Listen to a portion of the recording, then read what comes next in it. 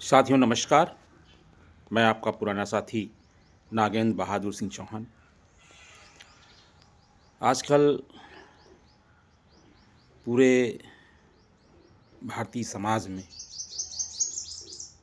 एक विखंडन जैसी स्थिति उत्पन्न हो रही है। और उत्पन्न क्यों हो रही है? उत्पन्न की गई है।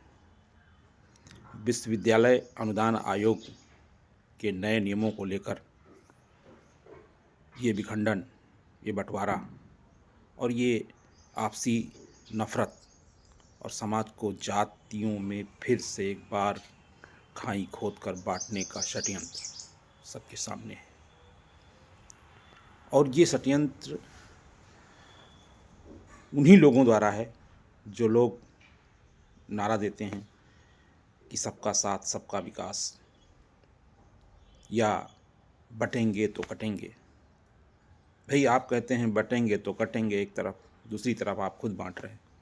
एक तरफ आप कहते हैं कि सबका साथ सबका विकास, और आप कर क्या रहे हैं? सबका साथ और सवर्ण का विनाश। क्यों?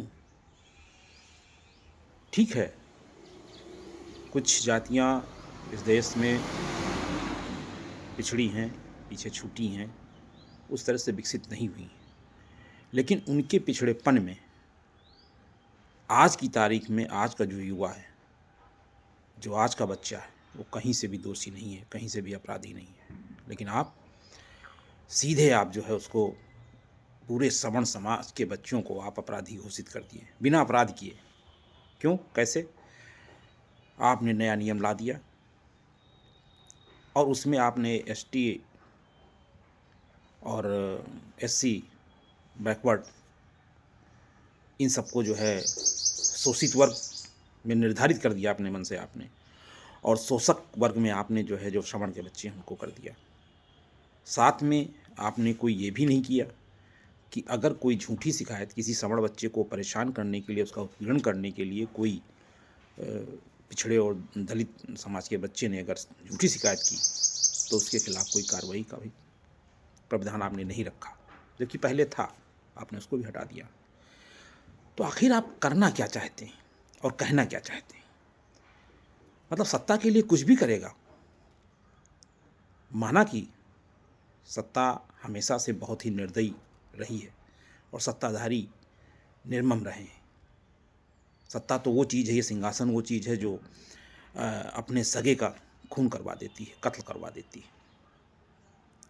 लेकिन इस इतने बड़े लोकतंत्र में, भारतीय लोकतंत्र में, क्या अभी भी बस वही डिवाइड एंड रूल चलेगा, जिसके लिए हमारे पुरखों ने इतना बलिदान किया, अंग्रेज़ों को भगाया इस धरती से?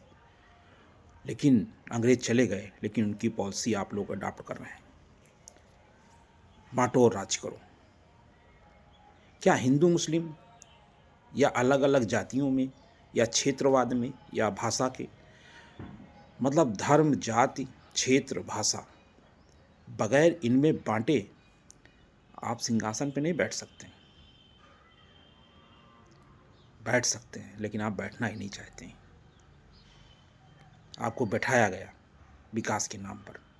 यही नए भारत का निर्माण हो रहा है। ये नया भारत है। कैसा नया भारत है? अरे आप उन एसी दफ्तरों से बाहर तो निकलिए, गांव जवार दूर दराज के इलाकों में जाइए, तो आज भी कुछ नहीं बिगड़ा है। वही सामंजस्य, वही मोहब्बत है। मेरा घर लखनऊ में, राजधानी मुश्किल 20 किलोमीटर मेरा गांव है। मेरे गांव में सभी जातियां बड़े प्रेम से रहती हैं, कहीं कोई दिक्कत नहीं। सब एक दूसरे का सहयोग करती हैं, सम्मान करती हैं। लेकिन इस तरह के काले कानून लाकर आप समाज को बांटना चाहते हैं। आज का आप शहरों के, गांवों के समाज में जाति का विष बोकर सबको अलग थलग करना चाहते हैं। हम इस वीडियो के माध्यम से सरकार को कोसने या जिम्मेदार लोगों को कोसने के उद्देश्य से बात नहीं कर रहा हूँ। बात करना चाहता हूँ जो हकीकत है वो। और दूसरी, इस षड्यंत्र को का विरोध सवर्ण समाज के लोग कर रहे हैं, पूरे देश में कर रहे हैं, और उसकी प्रतिक्रिया कुछ लोग जाने अनजाने बहुत गंदे तरीके से दे रहे हैं, खासकर पिछड़ी जात के अलग अलग दलों के लोग, कार्यकर्ता। उसमें कुछ वो भी हैं, दलित समाज के भी लोग हैं। मैं फेसबुक और तमाम सोशल साइट्स पर जो है ये वीडियो कई दिनों से देख रहा हूँ। अरे भैया, आप क्या करना चाह रहे हैं? आखिर समर समाज ने आपका बिगाड़ा क्या है? व्यक्तिगत तौर से कभी साफ सोचे आप? कभी सोचिए तो। आप मोबाइल लगा के वीडियो बना के गालियाँ दे रहे हैं बस। तो वस्तुस्थिति को मेरा निवेदन है कि चाहे सवर समाज के हों या दलित समाज के हों या पिछड़ी जात के हों, नया भारत अगर बनाना है तो इस पूरी प्रक्रिया को युवाओं को समझना होगा, आज के छात्र छात्राओं को समझना होगा। ये वैलेंटाइन डे मनाने से कुछ नहीं होगा। ये तमाम तरह के डे मनाने से, लिबरल होने से, और आप लोग जाति को मानते भी नहीं, जगह जगह ये भी कहते हैं, लेकिन जब इस तरह के मामले फंसते हैं तो फिर आप अपना रूप दिखा देते हैं। तो सभी समाज के युवाओं से मेरा निवेदन है कि वह स्थिति को समझिए। अगर इस देश को, इस समाज को आगे बढ़ाना है तो एकजुट रहना है। और ये जो सत्ताधारी, ये राजनीतिक लोग हैं, वो चाहे किसी भी पार्टी के हों, ये लोग हमें आपको बांट कर ही राज करना चाहते हैं। इनके पास और कोई एजेंडा नहीं।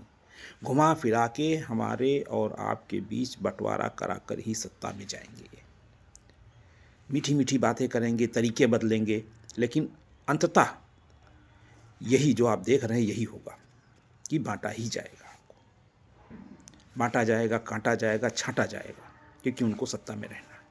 तो इस बात को हमें आपको समझना। उनका कुछ नहीं जाएगा, उनके बच्चे विदेश में पढ़ते हैं।